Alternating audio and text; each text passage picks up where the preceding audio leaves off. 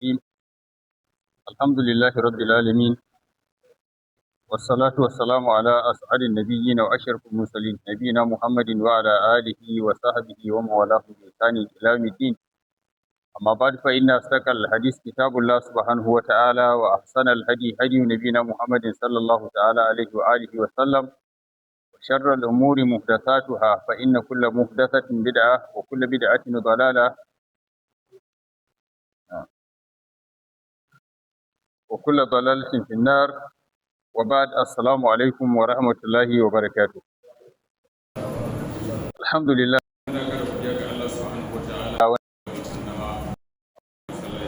masallaci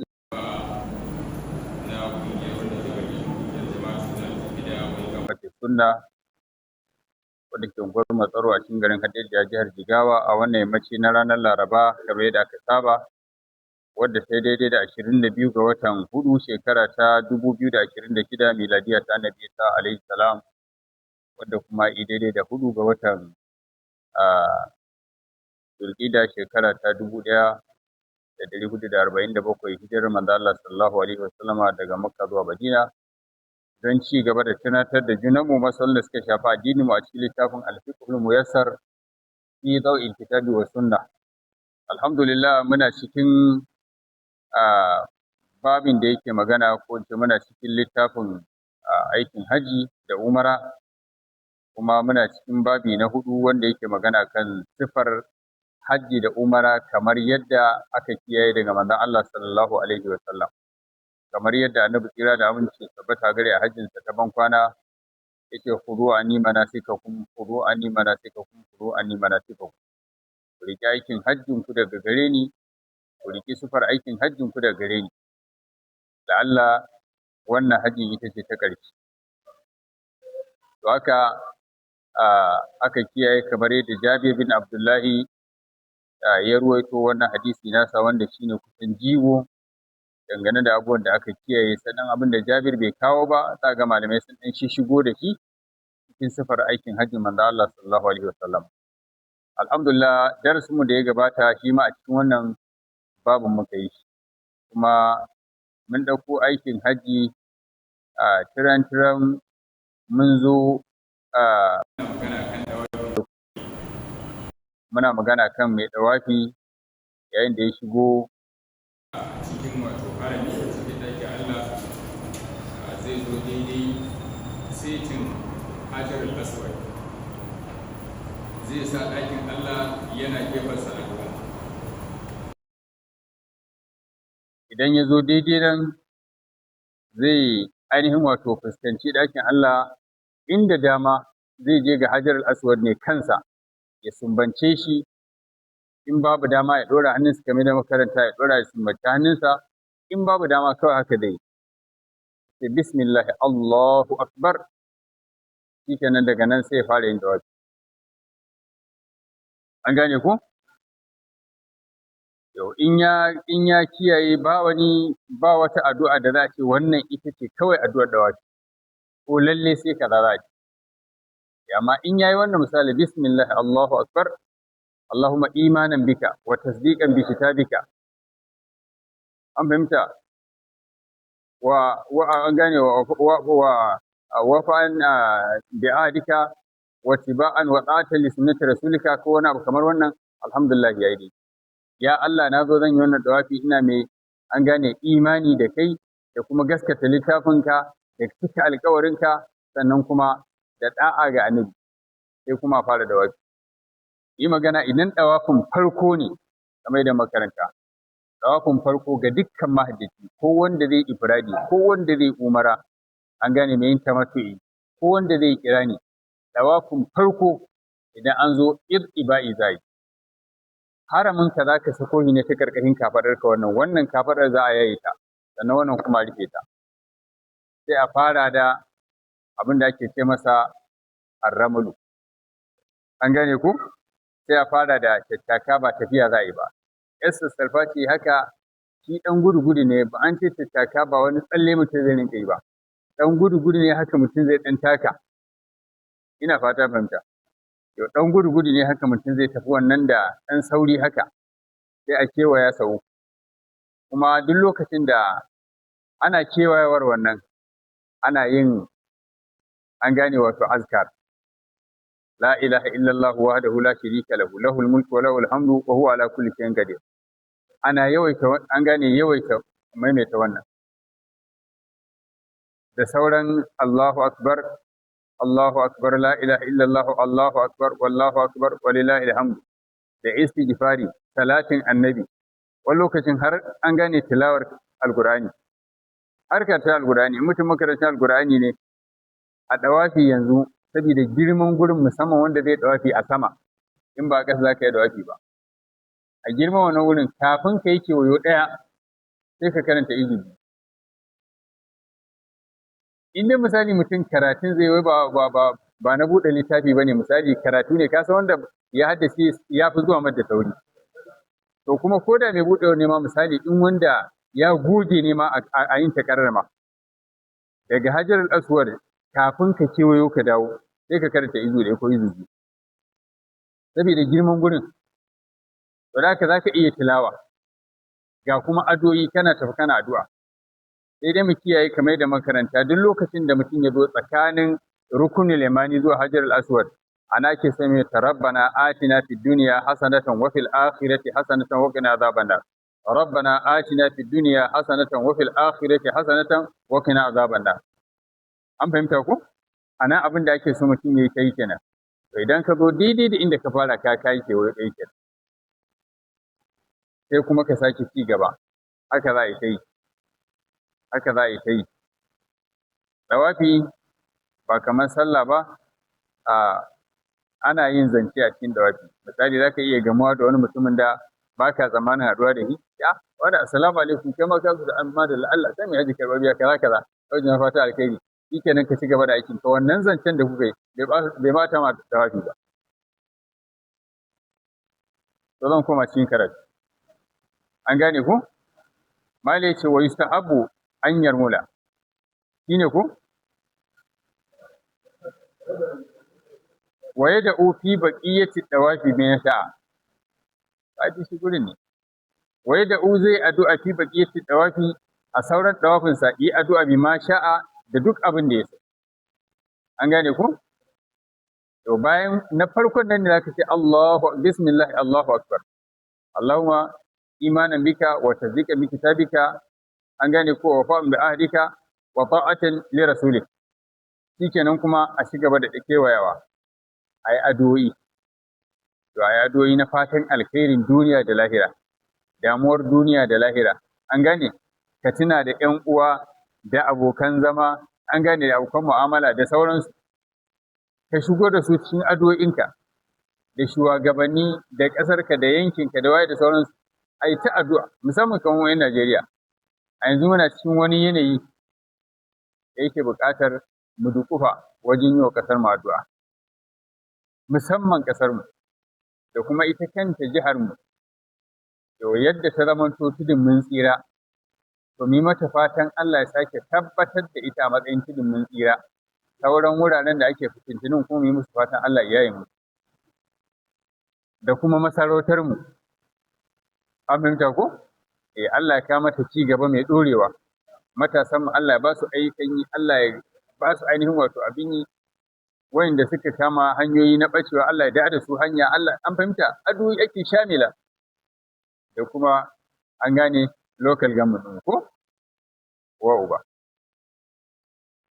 saka za a yi addu'a ita addu'a duk wani mashair da aka ji a yi addu'a wa yustahabu an yarmula mustahabi ne mahajjaci yayi tattaka hina abin da ake cewa sassalfar wannan fil ashwaqi thalatha al-ula a kewayo uku na farko an gane ku a kewayo uku na farko zai dan falla haka dan gudu sauri ba wai gudu za a falla ai mai yawa ba ina ma za ka samu labar gudun in gudun ya cije yi tika dawaful kudumun ma sassalfa ma ba za ta yi ba yanzu harami ita ce din wani da muke gani wani yana tafiya a jikin wani ma ina ma sassarfar za ta yi ko da wafil kudumin ne ma haka za yi to in dama ta bayan ne ma'ana an so a yi wannan sassarfar warramulu in an ce arramulu fawqal mashi wa dunal adu wani yanayi ne da tafiya shi fauqal mashi ya ɗara tafiya normal amma wa dunal adu shi kuma bai kai gudu ba falla gudu bane amma kuma ba tafiya ba ce haka to haka ake so a wannan kewayo uku na farko wa yamshi fil arba'a sauran kewayawa hudu kuma tafiya kawai zai a tafi kuma ana tafi ana wannan an gane ana azkar ana addu'i ana karatun alqur'ani to fa idza atamma sab'a ashwaq yayin da mahajjaci ya cika sa kewayensa guda bakwai gatta katifaihi biridai ya samu da rufe kafaɗinsa guda biyu gaba ɗaya da mayafinsa an gane ku wasu kuma suka ce in ma ya gama kewayo uku na farko wanda da shi ake yin caccaka zai ma iya rufewa dama makasudi shine wannan caccaka a dawaful qudum tunda shine farkon dawafi da majiki zai in mai umara ne mai tamattu'i shine dawafinsa na umara kuma shine dawaful qudum amma wanda zai yi kirani ko ifradi sunansa dawaful qudum kawai a wurinsa domin in ya zo aikin hajji dole sai ya zo ya dawafi an gane ko na dawaful ifada sannan kuma an fahimta shi mai dawaful abin nan shi mai kirani da ifradi ba sai ya ko ba ya sake sa'i ba in yi wannan shine dawafinsa kuma shine dawafinsa na umara shine dawafinsa na aikin hajji shi mai kirani kenan mai ifradi kuma wannan dawaful qudum ne sai dawafinsa na ranar 10 ga wata shine dawafinsa na aikin hajji to da haka in an cika kewayo bakwai cif an gama mahajjaci sai ya ware harafin an gane wannan sabe ya rufe kafadarsa don dama hikimar shine kamar yadda lokacin da annabi kira da aminci su bata gari ya sunnanta wannan a ainihin wato a hajjin bankwana an yi wannan ne saboda a nuna wa mushrikan makka cewar musulmai fa ba kan wallasa ba ne karfi tsammani idan musulmai sun zo aikin haji za a faɗa musu an gane ku to an yi wannan domin a kaga labari ya zo cewar wato musulmi sun yi hijira tare da manzon Allah yunwa da zazzabi irin na garin Makka da mura da sauransu duk ya raunana su saboda in sun zo ba su da ƙoshin lafiya ba su da ƙoshin abinci in za a iya faɗa musu cikin ɗan lokaci a faɗa karkake su to sai an gane annabi kira da aminci ya sunnanta a yi id'iba'i kaga id'iba'i zai fitar da dantse ko ga masu dantsen za a ga kaga cikar dantse an ce da ma alamar ƙarfi yana ga mai kiba ko za a ga ƙoshin dantsen wannan kuma wanda kake tsammanin yunwa da zazzabi ya kama za ka iya tare su ga bubbige shi kaga yana fallawa da gudu yana tattaka yana jogin kaman yana womin kenan an gane ko kaga zai nuna ma cewa to fa a shirye to da haka mushrikan garin Makka a lokacin nan sun hau kan duwar wasu suna kallon sahabbai da sai ga sun yi wannan abin sai abin ya roza na suke cewa kai abin da suke tsammani ba haka yake ba to da haka da ayyukan kewaye uku na farko shikenan ya wadatar to suma sannan na fada ila maqami Ibrahim daga nan mahajjaci in ya gama wannan kuma sai ya zo daidai maqami Ibrahim idan ya zo maqami Ibrahim fa qara'a kana gama dawafi ana nufar maqami Ibrahim sai mutum ya karanta wattakhidhu min maqami Ibrahim musalla kamar yadda Allah ya faɗa al-Qur'ani idan ya zo sai yi sallah ya sa maqami Ibrahim a gabansa Ka'aba kuma tana gabansa. An gane ko? Wa yusalli rak'ataini khalfal maqami. Sai yi sallah raka'a biyu a bayan maqam Ibrahim. An fahimta? Kamar yadda masalan wurin yake zaka ga rukunul yamani a ce wannan murabba'i ne na Ka'aba tunda kamar haka take.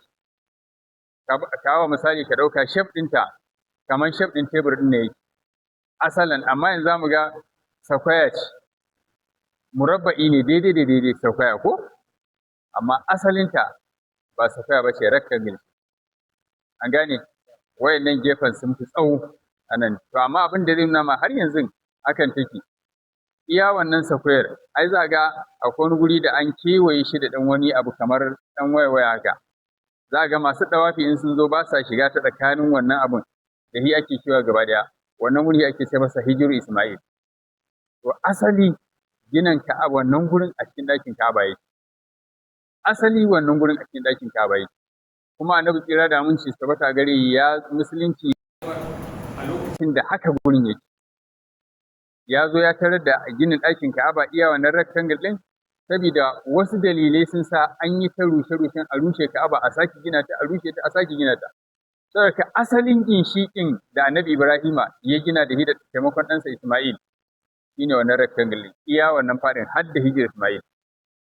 Amma sai ya zama wani lokaci da za a sake ginin Ka'aba ba zai wadata a gina hadda nan ba, da haka sai suka yanke suka gina iya nan gurin. Wannan gurin shine yake yi, shine annabi tsira da aminci tabbata gare wata rana yake cewa na Aisha, ba dan wato sha'anin mutanen ki ba, ma'ana farkon karɓar musulunci an gane ga mutanen ki ba, da na rushe ɗakin Ka'aba na mai da shi yadda yake. Kamar haka ce na zo na samu ɗakin Ka'aba yadda yake na rushe na canja wani al'amari. Wasu ya sa wannan ya sa kila su kyamaci musulunci ko wani abu, to sai manzo Allah ya bar shi yadda yake. To da haka wannan ɗakin an gane wannan gurin shi kansa a cikin Ka'aba, wanda ya shiga wannan gurin yayi sallah kamar yayi sallah a cikin ɗakin Ka'aba. To saboda haka yadda gurin yake rectangle, bangon sa na nan gurin ya ke ce masa rukunul yamani, an gane ko? Wannan kuma shi ake ce masa hajarul aswad. A nan gurin an gane wannan gurin da ake ta gurin shan nono na yi, a wannan kona ta nan gefen, konan nan gefen, waccan kuma rukunul yamani. To dawafi daga nan ake fara shi, daga nan da a fara a taho a kewayo, in an zo nan gurin inda dama a shafe shi, ana shafar jikin nan, in babu dama shi nan ba sai an shafe shi ba, kamar cinkoso. To shi ne tsakanin lokacin da mai dawafi zai taho tsakanin nan zuwa nan, annan zai karanta rabbana atina fid dunya hasanatan wa fil akhirati hasanatan wa qina azaban nar. An gane ko? To shi kuma maqam Ibrahim yana daga nan, misali daga wannan bangon, kuma Ka'aba ce a gabansa. To in mutum ya gama dawafi, to sai ya zo ya sa maqam Ibrahim a gabansa, Ka'aba tana gabansa, sai ya fuskanta sai ya sallah raka'a biyu. In ta yassara in zai yi, saboda yanzu duk cinkoso yayi yawa, hakan baya yiwa. To da haka in an samu dama kenan, za a yi wannan sallah a bayan maqam Ibrahim. Ya qara'u fil ula bi sura al-kafiruna. A raka'ar farko an so, sunna ce mustahabbiya ba dole bane. An gane ko? Sunna ce mustahabbiya. Kaman karatun an gane shafa'i da wutiri ne ko karatun rak'atan al-fajr. Ba lalle ne an ce ma duk lokacin da zaka yi rak'atan al-fajr sai ka karanta kulliya da kul huwallahu ba. An gane ko? Kuma ba ce ma kai lalle in za ka yi shafa'i da wutiri sai ka karanta sabbi da kuliya da kul huwallahu da falaq da nasu ba. A'a ba lalle bane. Sunna ce mustahabiya. In ka karanta wasu surori daban, shafa'i da wutirin ka yayi, rakata da fajirin ka tayi. To wannan ma an so in za ka yi nafilan na bayan maqam Ibrahim, an so. Abin da yasa kawai ake son karanta waɗannan, sabida ita sura ta farko ta kunshi ta waye daga barin kafirci da kafirai. Ya ce kul ya ayyuhal kafiruna, ya ku kafirai, la a'budu ma ta'buduna, ba zan bautata abin da kuke bautawa. Kuma wala antum abiduna ma a'budu, kuma ba za ku bauta abin da nake bautawa ba. Wala ana abidu ma abatu, ni ban zaman to bai bautar abin da kuke bautawa ba. Wala antum abiduna ma a'budu, lakum dinukum waliya din. Da ku je addinin ku na ku ne, ni ma addini na, ku yi addinin ku ne nawa. Ka tana nuna barrantar ka daga kafirci da kafirai. Ita kuma ta biyu tana sake jaddada an gane wato tauhidi. Allah ɗaya ne, kul huwallahu ahadun, ya imanta Allah shi kaɗai ne. Allahu samad, Allah shi kaɗai ne as-samadu. Babu wani makhluki kenan, duk wanda ya yarda da Allahu samadu, to ba wani makhluki da zaka je ga bukatar ka. Ina fata minta, duk wanda zaka je ga bukatar, an gane bukata ba zai yayi ma damuwa ba. To Allah shi kaɗai shine kowane makhluki yake daga hannu ya ga masa damuwarsa kuma iyaye masa. Kuma lam yalid wa lam yulad wa lam yakul lahu kufuwan ahad, shi bai haifa ba ba kuma haife shi ba. Kuma ubangiji ba shi da kini, ba shi da kishiya, ba shi da makamanci, ba shi da takwara ko da. Kaga jaddada ikhlasi ne. To da ka haraka da farko Fatiha da kul huwallahu. Athaniya kuma fi saniya ta biyu suratul ikhlas. To fa in lam yatamakkan min as-salati khalfal maqam, idan mahajjaci bayan ya gama dawafi bai samu damar ya iya dawafi a bayan maqam Ibrahim ba, an gane ko lizihamin, saboda cunkoso wa nahwi da makamancin wannan to sallati ayyi makanin min al-masjid ko ma ina ne a cikin an gane haramin wannan kawai za ka samu wuri kai sallah ka dai fuskanci ɗakin Allah wa hadha tawaf to wannan tawafi da mahajjaci farkon zuwansa huwa tawaful qudum yake to tawaful qudum lil mufrid ga wanda yazo da ifradi wal qarinu da wanda yazo da kirani wa tawaful umra lil mutamatti kuma shine tawafin umara ga mai tamattu'i to da ya gama wannan summa ya shara lahu an ya sharaba min zamzam idan an gama tawafi an yi rakata ne tawafi raka biyu to kuma sai a je a sha ruwan zamzam an gane ko sai a je a sha zamzam a sha a cika ciki sannan in ya sha kuma wa yasubu ala rasi babu iba ka jika kanka ka jika jikinka da ruwan zamzam sannan kuma an gane kai addu'a roki Allah subhanahu wataala an gane wato damuwoyinka da bukatunka ka ga Allah sai da manzo Allah ce ma'u zamzam lima shuri bala duk wanda iya ini ya sha ruwan zamzam da wata niyya insha Allah Allah ce manzo Allah ce ruwan zamzam ma'ana waraka ne ga duk abin da aka sha domin sa haka duk wata bukata da kake da ka an gane an ce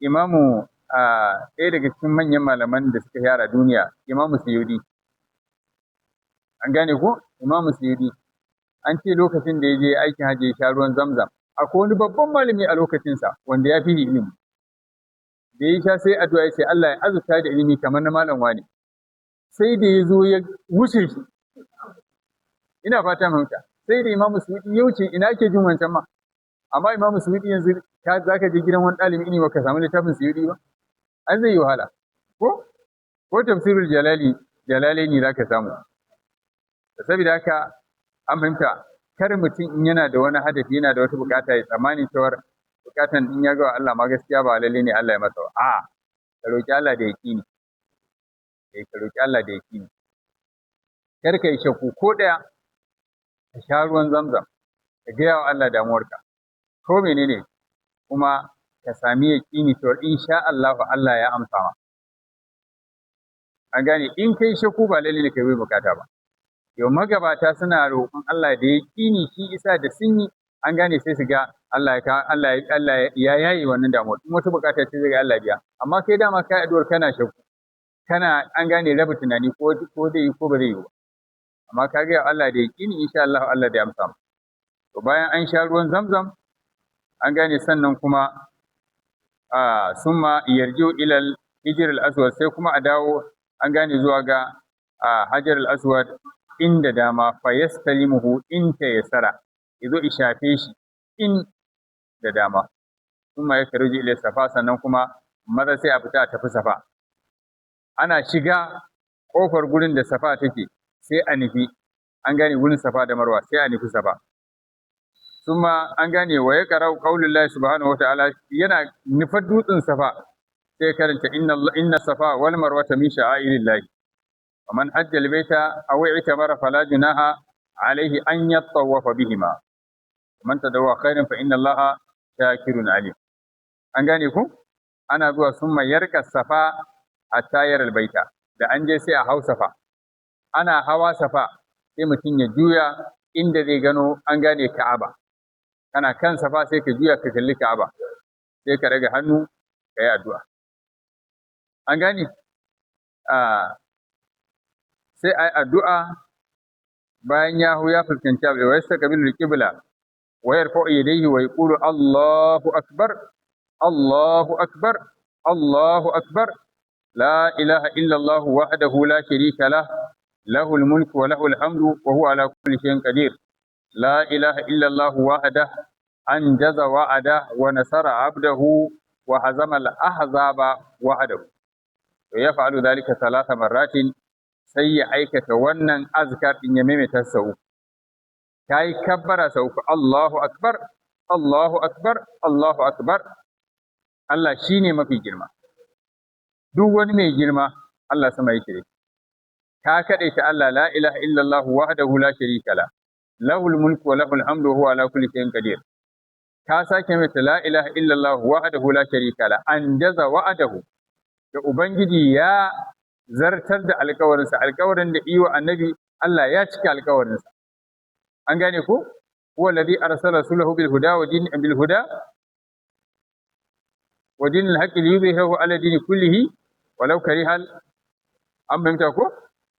To da haka Allah ya cika alƙawarinsa, alƙawarin da ya Allah manzo Allah cewar an gane zai cika addininsa ko da mushrikai ko da kafirai ba su, Allah ya cika alƙawarinsa. Wa nasara abdahu, Allah ya taimaki bawansa. Wa hazama al-ahzaba wahdahu, Allah ya rusa rundunar kafirai shi kadai. To ma jiki zai maimaita wannan sau uku akan safa. Bayan kai wannan waye da ubainaha tawilan, sanan yi addu'a. An gane ko a tsakanin haka, kai addu'a mai tsawo anan ma ka roki Allah. Summa yanzilu mashiyan. To ya hau safa yanzu hawa na farko kenan ko? To sai kuma isauko daga safa in Marwa. Sai ya sako mashiyan yana mai tafiya ilal marwa zuwa marwa. Idan ya tafi a tafi wa yas'a zai yi gudu bainal milainil akhdarain. Akwai wasu alamomi an gane wanda za ga akwai fitulu a wurin koraye. To daidai wannan dan tsakanin idan ma da shi ya zo zai yi sa'ayi, an gane zai dan yi gudu. Gudun kuma ana so ya ɗan yi gudu, mana yake sa'ayin shadidan, inda dama kenan. Ka ɗan yi gudu haka, wato wanda yake sama da sassarfa irin ta an gane ɗakin Ka'aba. Nan ka ɗan yi gudu sosai. Da ka wuce wannan milainil akhdarain kuma sannan sai a yi tafiya. Summa yanzilu mashiyan ila marwa. An gane ko? Wa zalika lirijali ke ko? Ma'ana wannan gudun na mazaje ne dunan saban da mata, hatta a ɗakin Allah. Kewaye uku na farkon nan da za a yi da tattaka na maza ne ban da mata. To summa yamshi hatta yarkal marwa. To idan ya wuce wannan alamun guda biyu da gudu, to kuma sai taka yi tafiya har je kuma ya hau marwa. Idan ya hau marwa, ita ma fa yasna'u alaiha mithla ma sana'a ala safa. Ita ma sai ya aikata akan ta kwatankwacin abin da ya aikata a kansa ba. Ya juya ya fuskanci inda alƙibla take.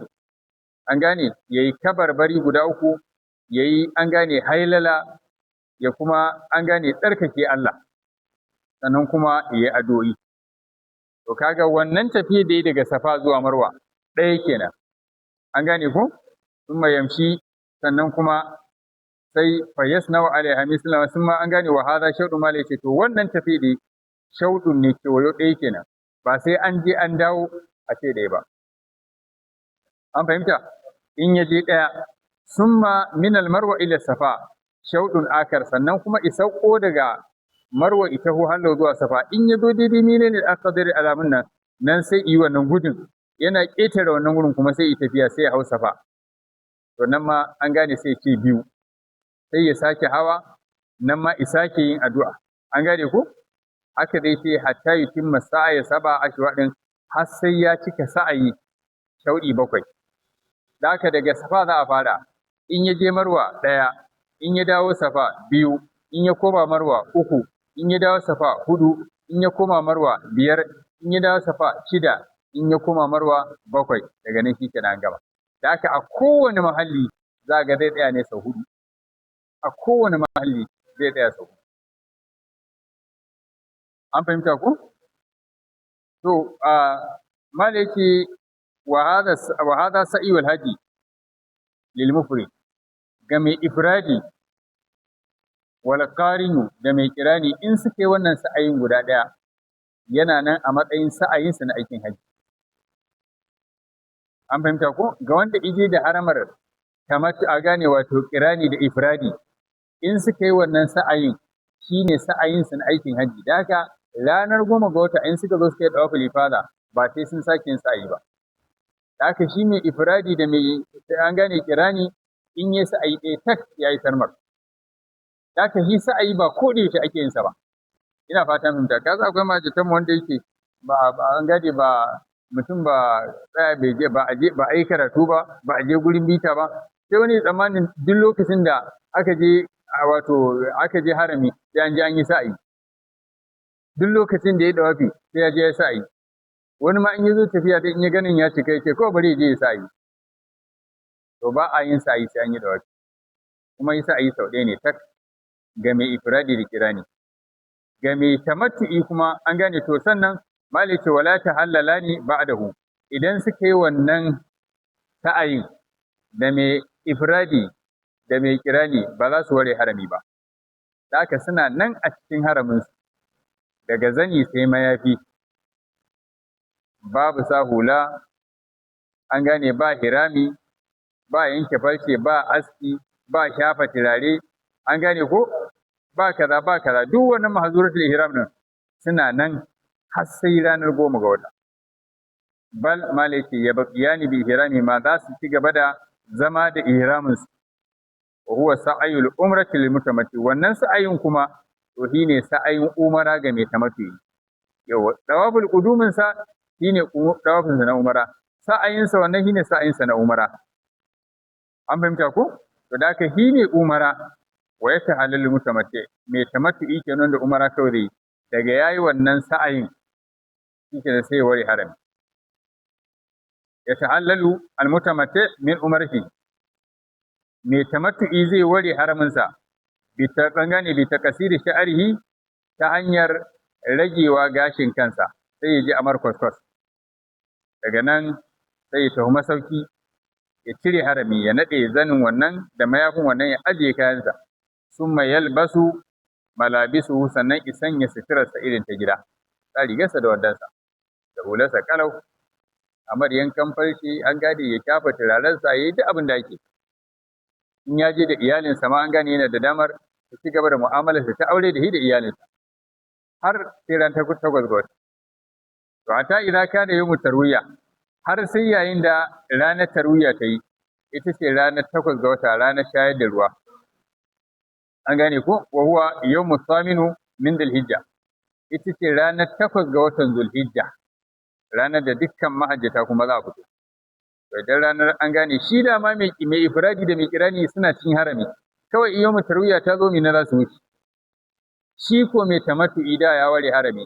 to yanzu da ranar 8 ga wata ta yi hantsi yana ɗagawa sai a yi wanka a cire kayan gida a masauki ka naɗe kayanka na gida ka ajiye ka ɗaura zaninka da mayafinka shikenan sai a sauko kuma sai a ɗungo mina da haka ranar 8 ga wata a haramal mutamatti bil hajji min makanihi wanda yake mai tamattu'i zai harmar aikin hajji min makanihi daga an gane wato bagiransa bi ma'ana daga masaukinsa wa kaza haka nan ma ghayruhu wani sama min al muhillina bi makkata wa qurbiha daga waɗanda za su ɗauko harama a cikin garin Makka ga mutumin garin Makka zai aikin haji to shi ma sai ranar 8 ga wata kawai yayi harama da kuma mutanen da suke ƴan ƙauyukan kusa da Makka masu hibowa wani akan keke wani akan jaki wani a kafa su ma duk haka za su yi zuwa wannan rana su yi harama su daga gidajen su yi wanka su ɗaura haramin su kenan su gudu wa yustahabu lahu an yaf'ala ma fa'alahu indal miqati kuma mustahabbi ne ga mai tamattu'i ko wanda zai yi ifradi mutumin garin Makka ko kusancinta wanda za su ɗauko haramar aikin hajji yawmu tarwiya mustahabbi ne ya aikata irin abin da ya aikata a miƙati min al-iktisal na abin da ya shafi wanka ayi wanka wa tatayyib a shafa turare wa tanazzuf ayi tsafta gabanin kai ga cikin haramin misali in farce ya dame ka gabanin ka daura harami ka yanke farcenka an gane yau in gashin mara gashin hamata ya dame ka ka gyara gashin kai ne ba an gane an so ka bar gashin kai ka suke saboda ranar 10 ga wata a samu abin da za a ci don haka in ka gama ka fito daga wanka an gane babu aibi ka shafa turare a jikinka gabanin ka daura haraminka to da zarar ka gama ka ɗauko zaninka ka ɗaura ka yafi mayafinka ya labbaika Allahumma hajja ya kuma fito shi kenan sai a dunguma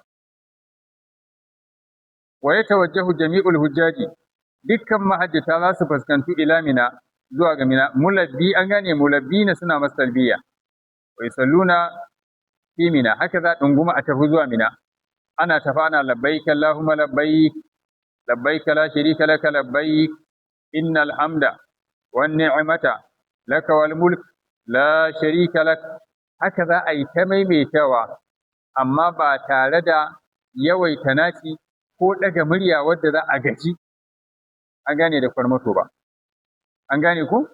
A yi a cikin nutsuwa, a fitar da ba gum za ka yi ba sirran za ka rinka yi ba, amma za ka rinka yi da murya wadda za a ji ta amma ba ɗagawa da kwarmato ba. Labbaik Allahumma labbaik, labbaik la sharika laka labbaik, innal hamda wan ni'mata laka wal mulk la sharika lak, kuma kowa haka zai rinka yi, za ta huma ta. Ba a sunnanta wani ya wuce gaban ayari yana yi suna yi ba, an gane ko? Wannan ba daidai ba ne. Wani ya wuce gaban ayarin jama'a labbaik Allahumma labbaik, sai su ma su wako labbaik Allahumma labbaik, labbaik la sharika laka labbaik, sai su wako. A'a, ba sunnanta wannan ba. Kowa na sai zanin kai, kowa na sai zanin kai. To haka za a dunguma ta. Idan an je Mina, inda an fito da hantsi za a tafi Mina. In an je wa yusalluna fi Mina az-zuhr wal asr wal maghrib wal isha wal fajr. A Mina kwana za a yi, a nan za a yi na kwana, kaga a nan za a sallaci azhar, a yi la'asar, a yi magariba, a yi isha, a yi sallar asubahi. In gari ya waye, nawa ga wata kenan? 9 ga wata ko? Ita ce kuma wace rana? Ranar Arfa. Ita ce ranar Arfa. To da haka mahajjata za su yi waɗannan salloli bi kasirin ruba'iyya. Duk sallar da take mai raka'a 4 ce, raka'a 2 za a yi ta. An gane, amma min gairi jam'in ba tare da jam'i ba. Ba jam'i za a yi ba kamar yadda ake haɗewa a zahar da la'asar a Arfa, a haɗe magariba da isha a Muzdalifa, to a Mina ba haka za a yi ba, kowace sallah lokacin da za a yi. Amma ƙasar za a yi wa azhar, a yi ƙasarin la'asar, a yi ƙasarin isha. Magariba kuma dama ba mata ƙasar da sallah asuba ko? To haka za a yi. Da gari ya waye, an gane, an sallaci sallar asubahi, summa fi sabihatil yawmi tasi', a asubahin wayewar ranar 9, yasirul hujjaj, an gane, au alhaji ila arfata. Mahajjaci kuma sai a taka tafi Arafa. Ya tafi Arafa. Yanzu ma ya zama to lokacin ma ba a barin mutane masu waye. Saboda sha'ani na cinkoso da san tafiya, wani lokacin sai ga tsakar dare an kamo mota. Ana cewa wasu zo a shiga maza, sai a kai mutane can Arfa. Arfa za su waye siya su waye. Saboda a rage cinkoso. To fa in ta yassara lahu an yanzila bi Namira, idan mahajjaci a tafiyarsa zuwa Arafa ya samu damar da zai sauka a Namira ila zawali har zuwa lokacin zawali fa hasanu, yana da kyau. Sannan in zawali wa idza zalati shamsu, to kuma idan rana ta yi zawali, khataba al-imamu, limamin aikin hajji auna ibahu ko na ibinsa zai fito yi hutuba kasira, hutuba wata take gajeriya. Idan aka yi hutuba daidai misali, summa yusalli adh-dhuhra wal asra qasran wa jam'an fi waqti zuhur. Sannan sai a sallaci azhar da al'asar, kasar kuma jam'i. An gane ko? Kiran sallah ɗaya za a yi a lokacin azhar. Dan rana ta yi zawali, liman zai tashi, an gane, yayi huduba. In yayi huduba za a sallaci azhar, kasar ana idaidaita ayi iqama ayi la'asar. Da an idar kuma shikenan. Sai mahajjata su tsaya ayi ta addu'a, ayi ta addu'a, ayi ta azkar, ayi ta addu'a, ayi ta azkar har sai rana ta faɗi. Abin da za a yi kenan. To da haka idan an sallaci azhar, an yi kasar sun maye da kullu arfa ta za a yi garfa. Wai juba alal haji ma ce wajibi ne ga mahajjaci an yi tayakkana annahu fi dakil hududil arfa. Amma wajibi ne mahajjaci ya tabbatarwa ta yaqini lalle ya shigo cikin eriyar arfa.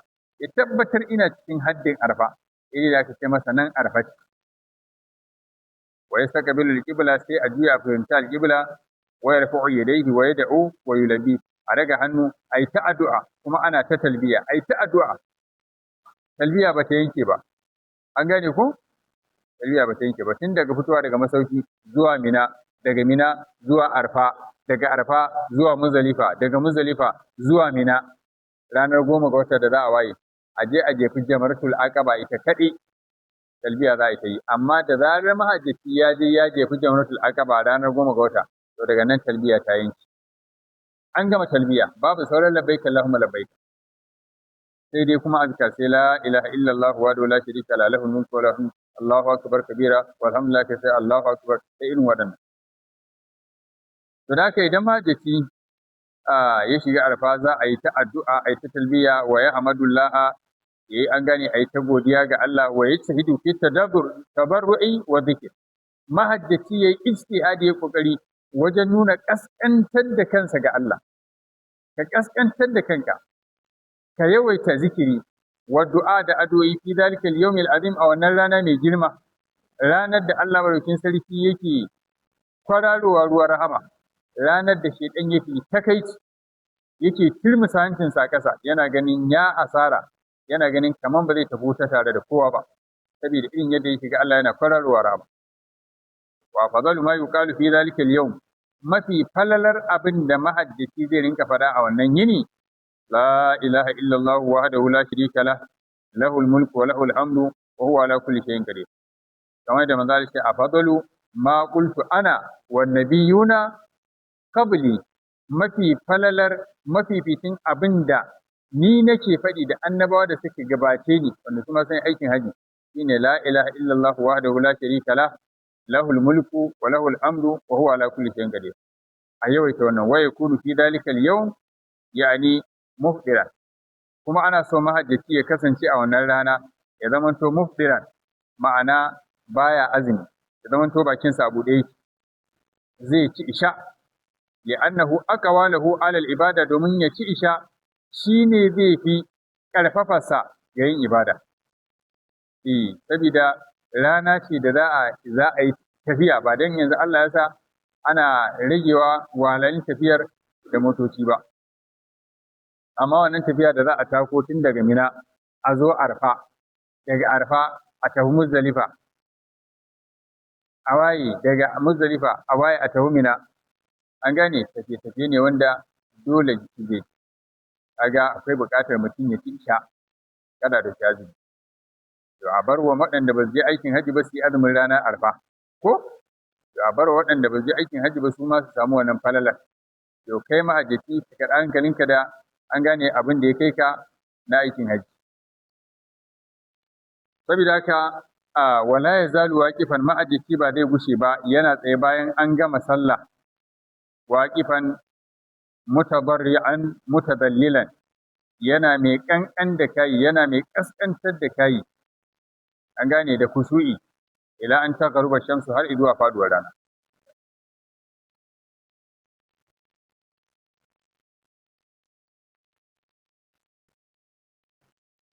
Har zuwa faduwar rana. To fa idza garabat, yayin da rana ta fadi, afada min arafata bi sakinatin, sai majita kuma su dunguma, an gane sai a taka daga arafa cikin nutsuwa, sai a tafi kuma zuwa Muzdalifa. Wa yasiru mulabbiyan, mahajjaci zai tafi yana talbiya, ba za a yi magariba da isha ba sai rana ta faɗi, mahajjaci yana cikin arfa. Duk mahajjacin da ya kuskura ya fita daga bawundiri na arfa gabanin rana ta faɗi, wallahi in bai dawo gabanin rana ta faɗi ba, ya tsaya a ɗan wani lokacin gabanin fitowar alfijir, to ba shi da aikin haji. An gane ko? Dole ne ka yi haƙuri har sai rana ta faɗi kana cikin arfa. To da an tabbatar da rana ta faɗi, to sai a fita. An ce yanzu ana nan ba a fita ko sai an harba bindiga ne ko menene, mahajjata da an yi wannan alamar cewar an tabbatar da rana ta faɗi, to kuma sannan mahajjata sai a fita. To za a fita, an gane cikin nutsuwa, ana tafi ana talbiya. Babu zancen a ce mu yi magariba, ko ana cikin tafiya a hanya ce kai magariban nan fa za ta yi nisa, gara mu tsaya mu yi ta a hanya. Ko ƙarfe 3 na dare za ka kai hanya kana tafi, sai ka je Muzdalifa za ka yi ta. Da haka za a tafi ana talbiya, sai an je Muzdalifa. Fa yusalli biha al-maghrib wal isha jam'an, in an je za a yi magariba da isha jam'i. Wa yaqsuru al-isha, ayi wa isha qasaru. Da an kira sallah sai a yi iqama, a yi magariba raka 3. Da an sallame sai a sake iqama, ba sai an sake kiran sallah ba. Iqama kawai za a yi. Sai a sallaci isha raka 2. Kuma wa rukisa an gane lidda'afati, an yi kirtu a nan za a kwana. Da an gama sallar isha babu wata nafila, ko shafa'i da wutiri karka yi. An gane ko? An hutar da kai. babu zancen shabe da wuturi, babu zancen ka cewa zaka zauna kai ta adoyi ko kai ta zikiri ko ka tayi ka tsaga dare kai ta tilawa ko wani abu. Abin da ake bukata a wannan rana da kayi isha in ka zo da guzurin abincinka shikenan zauna ka ci abincinka, kana cin abinci samu wuri ka kwanta ka huta kai bacci. Kai baccinka ka huta saboda wahe gari aikin da za a yi mai yawa ne. An gane ranar 10 ga wata, yi sa ka kwanta ka huta, ko shafa'i da wuturi kar ka yi. Idan gari ya waye in asubahi ta yi, sannan kuma sai a sallaci asubahi a tawo mash'aril haram gabanin faduwar rana a tsaya a yi addu'a, sannan kuma sai a bar ana so a bar Muzdalifa gabanin faduwar rana, a gabanin hudowar rana ce, ina cewa faduwar rana ko gabanin hudowar rana. To saboda haka malai ce ma jiki zai zauna, amma an yi rangwame wa rukisa lidda'afata, an yi ahuwa ga masu rauni kamar wanda suke tsofaffi wanda tafiya ba za ta, an gane ba sa iya tafiya da sauri, da masu girman jiki, an gane ga masu naƙasa, wannan babu aibi an ya karju min al-Muzdalifa bilaili, su fita daga Muzdalifa tun da sauran dare, kamar irin karfe kusan 2 zuwa 3 na dare sai su kama hanyar zuwa Mina. Tinkis a hankali ko? A hankali kafin masu ƙarfi gari ya waye su sallaci asubahi su biyo bayan su, in Allah ya yarda sun je sai je su yi jifan su yi kenan su. Wanda ma ba zai iya jifa ba in ya je Mina shikenan kawai ita fi hema sai je kwance sa. In ya wakilta wani mai ƙarfi ya ce to wane ni fa kai min jifa. An gani? To marasa lafiya masu nauyin jiki masu an gane tawaya ko wani abu, shi jifa ana wakilci. Haka wanda wani ya wakilta ka ko za ka wakilci wani kamar jifa a matsayinsa na mahajjaci kai ma mahajjaci, in ka tayi tsintowa tsakuwar da za ka yi jifa, maimakon ka ebo ƙwaya 7 sai ka ebo 14. 7 taka 7 taka. An gane? To da haka waye baka an gane wato alƙawi masu ƙarfi za su zauna su ba za su tafi da dare ba fi Muzdalifa hatta yusalli al-fajr har sai ya sallaci sallar asubahi a Muzdalifa. Thumma yastaqbilu al-qibla, sannan an sallaci asubahi sai kuma a fuskanci al-qibla wa yahmadullah wa yukabbiruhu wa yuhalliluhu. An gane ayi tazkar, ayi godiya ga Allah, ayi kabarbari, ayi hailala, an gane ko ayi talbiya da sauransu da addu'o'i hatta yasfarra jiddan, har sai gari ya wartsake kwarai, amma ba za a zauna har rana ta fito ba. An gane ko gari yayi sha kenan. Gari yayi sha gabanin faduwar rana. Summa yadfa min Muzdalifa qabla zulli shams, sai mahajjaci kuma ya kama tafiya a bar Muzdalifa gabanin faduwar rana sai an humina. Wa alaihi sakina, a tafi a cikin nutsuwa, mulabbiyan ana taba ana talbiya. Wa yaltajidu 7 hasayatin min at-tariq, mahajjaci ya tsinci tsakuwarsa guda 7 guzurinta akan hanya. Hatta idza ata jamratul aqaba, yayin da ya zo Mina, kai tsaye in ya zo Mina sai ya wuce jamratul ula, jamra ta farko ya batta, ya wuce jamratul wusta ta tsakiya, sai ya tafi can babbar jamratul aqaba. A ranar 10 ga wata da aka zo ita kaɗai za a jifa. An fahimta ko? Zaka da mahajjaci ya zai wuce zuwa jamratul aqaba. Idan ya je hatta idza ata jamratul aqaba ramaha, in ya je zai jifa ta bi 7 hasayatin da tsakuwa guda 7. Kuma yukabiru ma kulli hasatin, zai yi kabbara tare da kowace tsakuwa, yana jefa ta da Allahu akbar. Haka zaka zo tsakuwar guda 7. Idan ka zo inda zaka fara, an gane zaka leka ce bismillah, Allahu akbar, Allahu akbar, Allahu akbar. An fahimta ko? Kowace kana jefa ta da Allahu akbar, jifa ne ba cillawa ba. Mun sa akwai bambanci tsakanin jifa da cillawa ko? Cillawa shine haka. An gane ko cillawa haka? Ba cillawa bane, jifa ne. An gane Allahu akbar, Allahu akbar.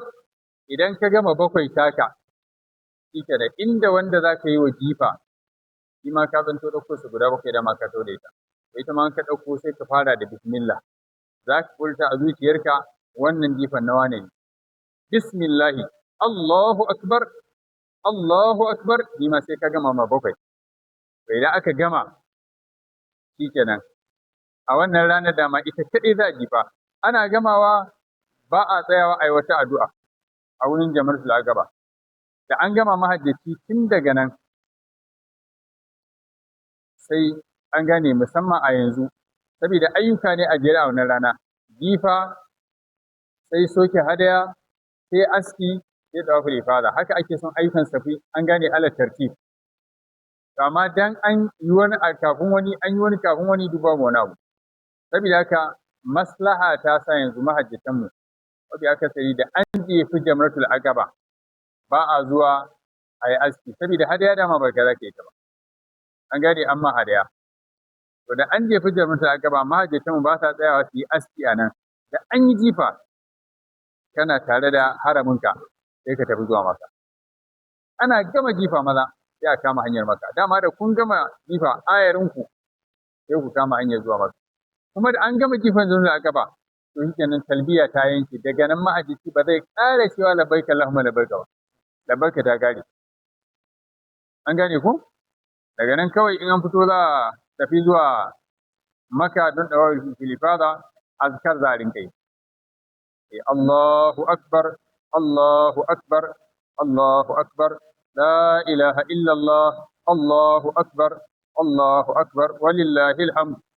Allahu akbar kabira, walhamdulillahi kathira, wa subhanallahi bukratan wa asila, la ilaha illallah, Allahu akbar, Allahu akbar, walillahi alhamd.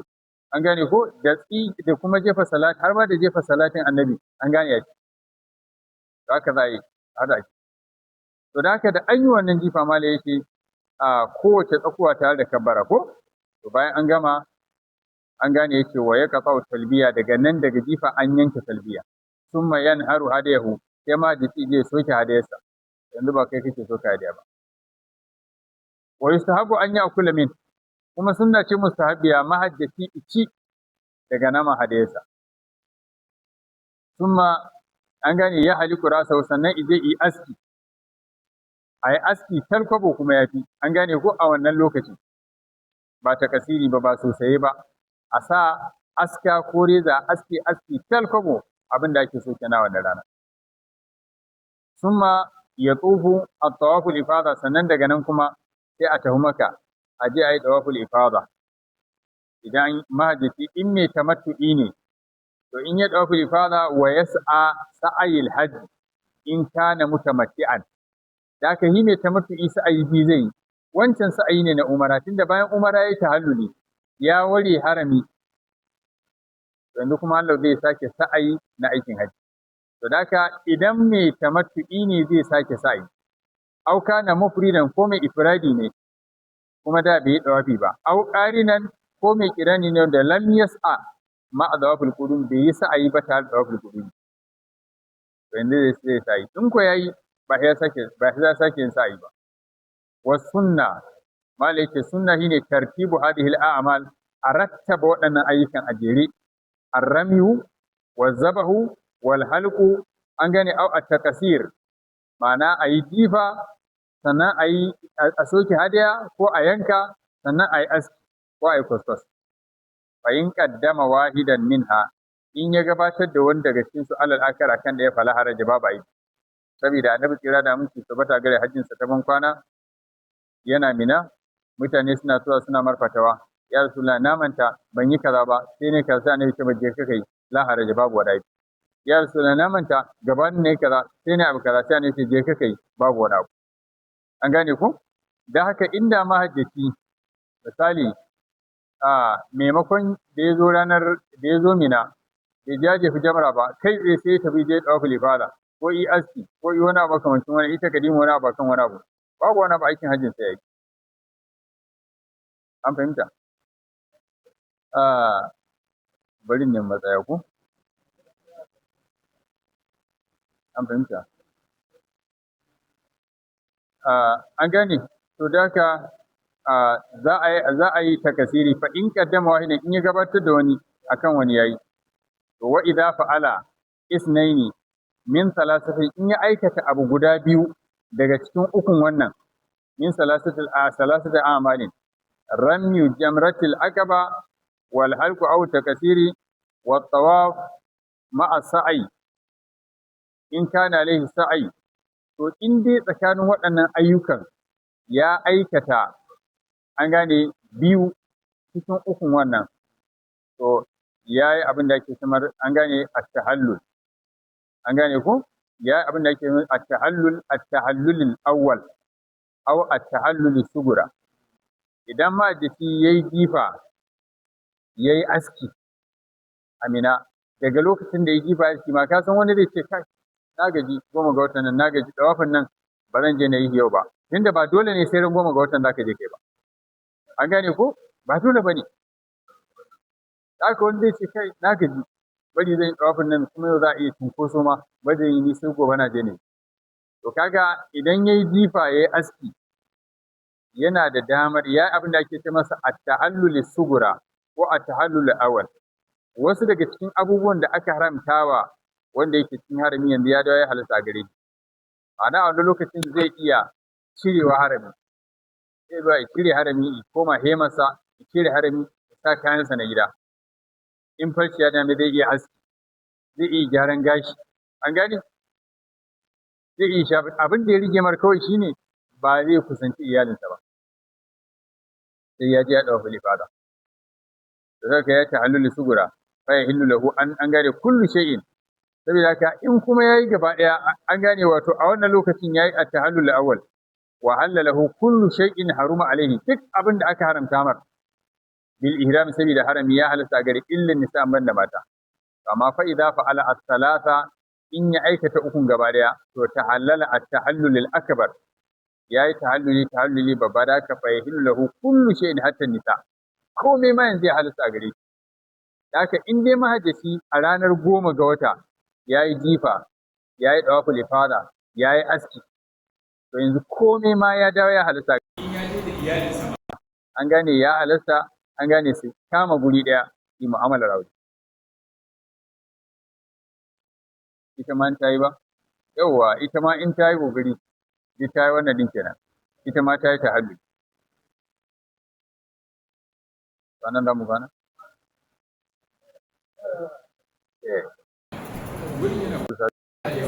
kuma tambayoyi malam bayanai.